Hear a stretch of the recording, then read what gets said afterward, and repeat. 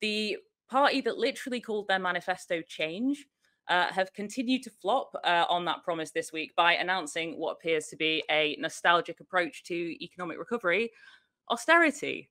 Keir Starmer on Monday has once again declared himself baffled by just how bad the economy is, despite having used that knowledge to justify their original uninspiring manifesto. In the speech, Keir did repeat his election promise that national insurance, VAT, and income tax would not go up, but he once again pushed this grave rhetoric that tough decisions were going to need to be made. I will be honest with you. There's a budget coming in October. It's going to be painful. Just as when I responded to the riots, I'll have to turn to the country and make big asks of you to accept short-term pain for long-term good, which is apparently the difficult trade-off for a genuine solution. Alongside this, Keir also seemed to lament the stress of not knowing if he had enough prison places to arrest everyone who was involved in the far-right riots and attacks in the last few weeks, seeming to suggest that the reason the rioters felt comfortable doing what they were doing was because they didn't think the government would have the resources to arrest them. Alongside this, he added that the riots didn't just betray the sickness, but they also revealed the cure to racism in the country, the cure being those who did clean up the streets after the riots. Jessica, I feel like you hit the nail on the head earlier when we were talking about this, calling Keir's speech the "I'm going to underplay the race riots and hide behind Tory failings to carry on Tory austerity" speech. Tell me how you feel. I mean, pretty much exactly that way. It was just another disappointing speech from another disappointing prime minister. He talks about change that isn't going to happen overnight, but I don't think anybody realistically was expecting this change to happen overnight. We were just hoping that the discourse would at least be a little bit different to what we've been told for decades now. It just feels like more of the same. And then he brags about ending the strikes, but people strike because of poor working conditions and the cost of living in relation to their wage. Austerity is just going to make that worse. Much like with the race riots, he's kind of just swept it under the rug.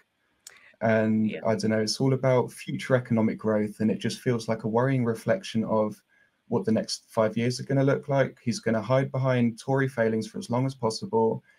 We're going to get to 28, 29. He's going to talk about the foundations nearly being built, and in a couple of years we get to build something on them and we get change, but people are tired and they want to hear about change that will happen within those 5 years. Any minute now we're going to get that change. Just a couple more years. We hope so, at least. I think, yeah, like I know he did the speech in the same garden where Dominic Cummings did his weird little confession, and he used it as an example of, well, when the Tories were here, they were being rubbish, and now we're in the same place being totally different. It's a totally different vibe now. I've got a different haircut to Dominic Cummings. I look completely different. It felt like I mentioned this when we had the Sunday debrief on the show, where we were talking about the whole point of that manifesto was like, oh, well, it's not very inspired, and sure, it's not enjoyable for you, but that's because we have to be realistic. We have to take realistic decisions here and be very practical. But then apparently those realistic ones, they weren't depressing enough. We've had to turn around and go even further back. Yeah, it just feels completely counterintuitive. It's just not what anybody needs to hear at the moment. He's talking about wealth growth, but who is that for? His rich friends that he's refusing to tax. I feel like so many more people are growing increasingly aware of what actually needs to be done in order to fix these cracks that he's talking about. He's just completely diverting it at the moment. Yeah, I think it's frustrating because the comment of like, we need to take serious steps to, like, we need real change to be able to find the solution.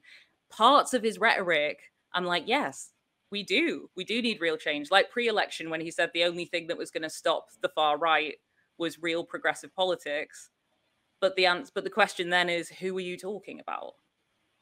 Because you're coming back and reiterating the same talking points that we've heard again and again. The idea to me that the rioters were, the only reason they were rioting was because they thought that we didn't have enough prison places to arrest them, is absolutely baffling.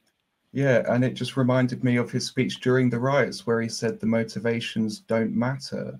What do you mean they don't matter? You are completely refusing to acknowledge the racial and religious motivations behind these race riots and lynch mobs and pogroms. But he just said, oh, they even tried to set fire to a building that had human beings inside. No, it was a lot more serious than that.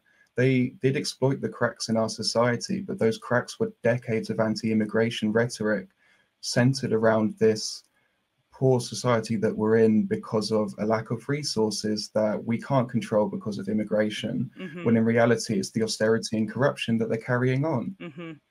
I think that, yeah, that ties into some of the stuff we're going to talk about a little bit later as well, in terms of the kind of transphobic rhetoric that we're seeing. There seems to be this attempted introduction of like respectability politics again, of like, but in the sense that we're going to say the bigoted things, but in a nice way. We're going to smile at you as we say them, and we're going to be respectful about the way that we tell you that actually we think that the far-right dog whistles have a point, but they shouldn't have gone about it that way. Which literally led to them being referred to as pro-British marches. And now we're just hearing more about it in the news. You know, Yvette Cooper's doubling down on it, and he said he's going to have ties in Europe to curb the immigration rates. And it's just, we're going to be hearing all the same rhetoric in the press as much as we have been before. You know, the far right are like water in a dam, and we've just seen what happens when that dam breaks. But Labour didn't stop the flooding. They didn't help the society underneath it. That was community showing up in strength and solidarity. They're just going to cover the cracks that he's been talking about and hope it doesn't break again. That's a scary point that you've raised now that I'm thinking about. The idea that you've scared me now. That offer, the idea that the government is there to bring in the standing army and to open up the prison places, and we, the people, will do all the nice little bits around the side. Which is exactly what we've shown. All he did was say, we've got this big police force and we're going to show up in numbers and that's going to be great. And all of that did was stop them for that one night. And then everybody else in the communities had to band together the days after. It's been, yeah, I feel like everybody overall is pretty unimpressed with the speech that has been made. I think we're still getting people coming out with, you know, give them more time.